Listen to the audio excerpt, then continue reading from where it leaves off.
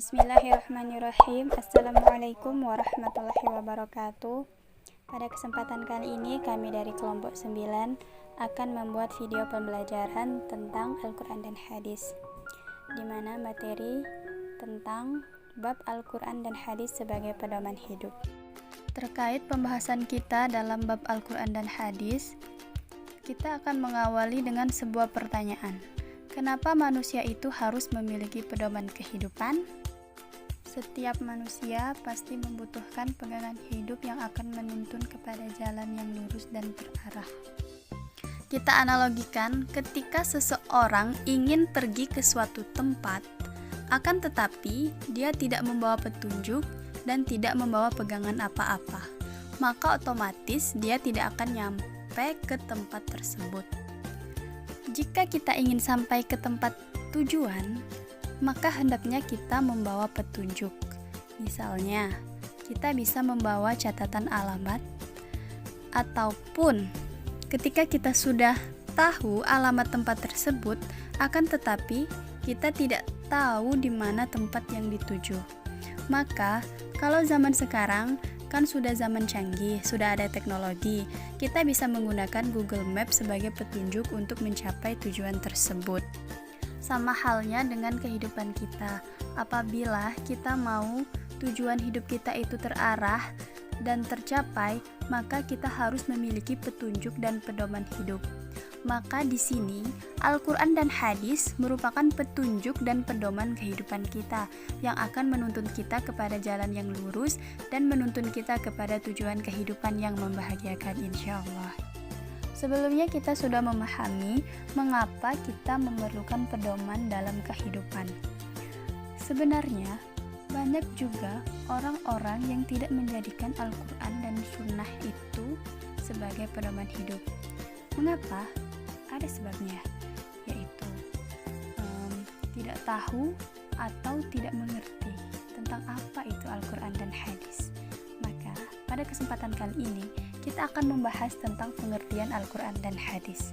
Menurut bahasa, Al-Quran berasal dari bahasa Arab, yaitu qara'a, yaqra'u, Qur'anan, yang artinya membaca atau bacaan. Sedangkan menurut istilah, Al-Quran adalah wahyu Allah yang diturunkan melalui malaikat Jibril kepada Nabi Muhammad SAW secara berangsur-angsur sebagai pedoman kehidupan umat manusia dan bernilai ibadah bagi orang yang membacanya. Ketika seseorang mampu menjadikan Al-Quran sebagai pedoman hidup, maka kehidupan yang itu akan beruntung, sebagaimana firman Allah Subhanahu wa ta'ala dalam Al-Quran surat Al-Baqarah ayat ke-5.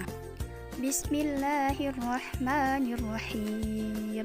Ulaika ala hudan min rabbihim wa ulaika humul muflihun. Yang artinya, merekalah yang mendapat petunjuk dari Tuhannya dan mereka itulah orang-orang yang beruntung. Masya Allah. Maksudnya petunjuk di sini yaitu mereka mendapat petunjuk dari Allah Subhanahu wa ta'ala, yaitu Al-Quran sebagai pedoman hidup.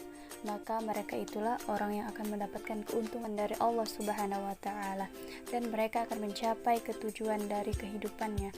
Jangankan orang yang menjadikan pedoman, yang membacanya saja akan mendapatkan pahala dari Allah Subhanahu wa ta'ala. Itulah mengapa pentingnya Al-Quran sebagai pedoman hidup kita. Selanjutnya kita akan membahas tentang pengertian hadis.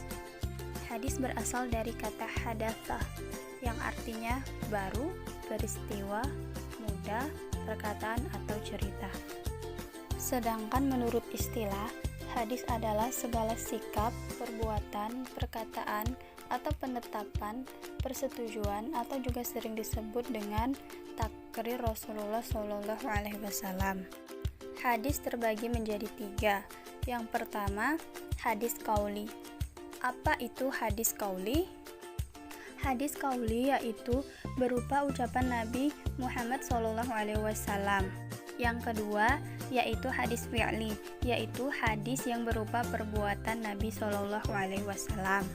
Dan yang terakhir yaitu hadis takriri, yaitu keadaan Nabi Muhammad SAW mendiamkan atau tidak menyanggah atau menyetujui apa yang dilakukan oleh para sahabat. Kemudian kita akan membahas fungsi Al-Quran secara umum. Fungsi Al-Quran yang pertama yaitu sebagai sumber ajaran atau hukum Islam yang utama. Ketika seseorang berpedoman kepada Al-Quran, maka Al-Quranlah yang menjadi segala sumber bagi kehidupannya. Yang kedua, fungsi Al-Quran yaitu sebagai konfirmasi dan informasi terhadap hal-hal yang tidak diketahui oleh akal. Misalnya tentang keimanan dan tentang hal-hal yang gaib, maka kita konfirmasi kepada Al-Quran dan juga kita cari tahu tentang informasinya, yaitu dari Al-Quran. Kalau kita menjadikan Al-Quran sebagai pedoman hidup, maka kita wajib mengembalikan tentang hal-hal yang di luar akal kita, yang tidak diketahui oleh akal kita kepada Al-Quran. Dan yang ketiga, yaitu sebagai petunjuk hidup manusia ke jalan yang lurus. Misalnya, kita selalu sholat minimal 7 kali dalam sehari semalam. Kita meminta kepada Allah Subhanahu wa Ta'ala, ihdinas siratal mustaqim, tunjukkanlah kepada kami jalan yang lurus. Maka Al-Quran merupakan petunjuk yang Allah berikan kepada doa-doa kita di dalam sholat, yaitu petunjuk yang lurus berupa Al-Quran yang wajib kita ikuti. Kemudian yang keempat, yaitu sebagai pengontrol dan pengoreksi terhadap ajaran-ajaran masa lalu. Itulah fungsi-fungsi Al-Quran secara umumnya. Selanjutnya, fungsi hadis secara umum, yaitu sumber ajaran atau hukum Islam yang kedua setelah Al-Quran. Adapun fungsi hadis terhadap Al-Quran, yang pertama, mengukuhkan hukum yang sudah ada di dalam Al-Quran. Ketika dalam Al-Quran melarang sesuatu, ketika Al-Quran mewajibkan sesuatu, maka ada dari hadis pun melarang dan mewajibkan terhadap hal tersebut. Maka disitulah fungsi hadis sebagai pengukuh hukum yang sudah ada dalam Al-Quran. Selanjutnya, fungsi hadis yang kedua yaitu memerinci ayat Al-Quran yang global. Contohnya, dalam Al-Quran terdapat ayat aqimis sholat, dirikanlah sholat. Maka dalam hadis akan ditentukan bagaimana cara sholat, bagaimana praktik sholat, yang mana sholat wajib, mana sholat sunnah, dan itu dirinci dalam hadis. Dan yang ketiga yaitu menetapkan hukum yang belum terdapat dalam Al-Quran. Maksudnya di sini yaitu ketika tidak ada hukum dalam Al-Quran suatu perbuatan atau suatu hal, maka dalam hadis akan dicantumkan hal tersebut sebagai hukum dalam Islam ataupun sebagai hukum pedoman dalam kehidupan kita nantinya. Dan yang terakhir yaitu membatasi keumuman ayat Al-Quran. Ketika ada ayat-ayat itu umum, membahas tentang umum, maka hadis berfungsi sebagai batasan bagi keumuman tersebut. Mungkin itu saja materi pada pertemuan kali ini.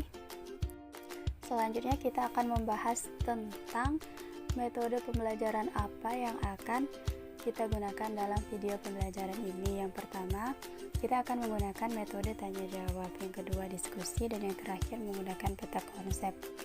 Adapun langkah-langkah kegiatan pembelajaran, yang pertama yaitu kegiatan pendahuluan yang terdiri dari guru menyampaikan kompetensi apa saja yang harus dicapai siswa untuk mempelajari materi Al-Quran dan hadis sebagai pedoman hidup. Ya, yang selanjutnya yaitu siswa melakukan tanya jawab tentang Al-Quran dan hadis sebagai pedoman hidup. Apa sih pentingnya kita memiliki pedoman hidup? Yang kedua, kegiatan inti. Siswa dibimbing untuk membentuk kelompok yang terdiri dari 3 siswa.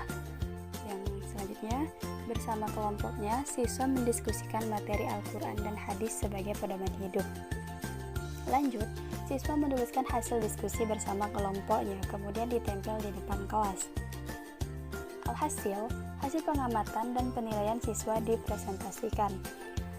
Kelompok lain dan guru menilai presentasi pada lembar penilaian. Hasil penilaian dikumpulkan ke guru. Guru menemukan hasil kerja kelompok terbaik. Dan selanjutnya yang ketiga yaitu kegiatan penutup, yang terdiri dari guru memberikan refleksi kepada siswa. Yang pertama, apakah pembelajarannya menarik? Yang kedua, materi apa yang telah dibincangkan. Selanjutnya, guru mengajukan pertanyaan ulang seputar Al-Quran dan hadis sebagai pedoman hidup. Adapun media dan sumber belajar yang digunakan yaitu buku paket Al-Quran Hadis kelas 7, buku pedoman guru MP Al-Quran Hadis kelas 7 MTS, dan buku Al-Quran Hadis untuk siswa kelas 7 MTS. Selanjutnya itu tentang instrumen. Dalam instrumen ini, guru membimbing peserta didik untuk membuat peta konsep tentang Al-Quran dan hadis sebagai pedoman hidup. Adapun aspek penilaian, aspek yang dinilai yaitu ketepatan peta konsep tentang pengertian Al-Quran, tentang fungsi Al-Quran, tentang pengertian hadis, dan tentang fungsi hadis. Dan masing-masing diberi skor ada 1, 2, 3 dengan keterangan 1 itu kurang, 2 cukup, dan 3 itu baik. Mungkin itu saja yang dapat kelompok 9 sajikan dalam video pembelajaran kali ini. Semoga bermanfaat. Sebelum mengakhiri video ini, mari kita simak hadis Rasulullah SAW dari Siti Aisyah. Al-mahiru bil Qur'an ma'as safaratil kiramil bararah walladhi yakra'ul Qur'an wa yatata'u fihi wa huwa alaihi syakul lahu ajrani. Yang artinya, orang yang membaca Al-Quran dan ia mahir dalam membacanya, maka ia dikumpulkan bersama para malaikat yang mulia lagi berbakti. Sedangkan orang yang membaca Al-Quran dan ia masih terbata-bata dan merasa berat dalam membacanya, maka ia mendapat 2 pahala. Hadis riwayat Imam Bukhari Muslim. Mudah-mudahan ini memberikan motivasi bagi kita untuk senantiasa mempelajari Al-Quran dan juga senantiasa mempelajari hadis Rasulullah SAW serta mengamalkan Al-Quran dan hadis sebagai pedoman kehidupan kita. Assalamualaikum warahmatullahi wabarakatuh. Terima kasih, semoga bermanfaat.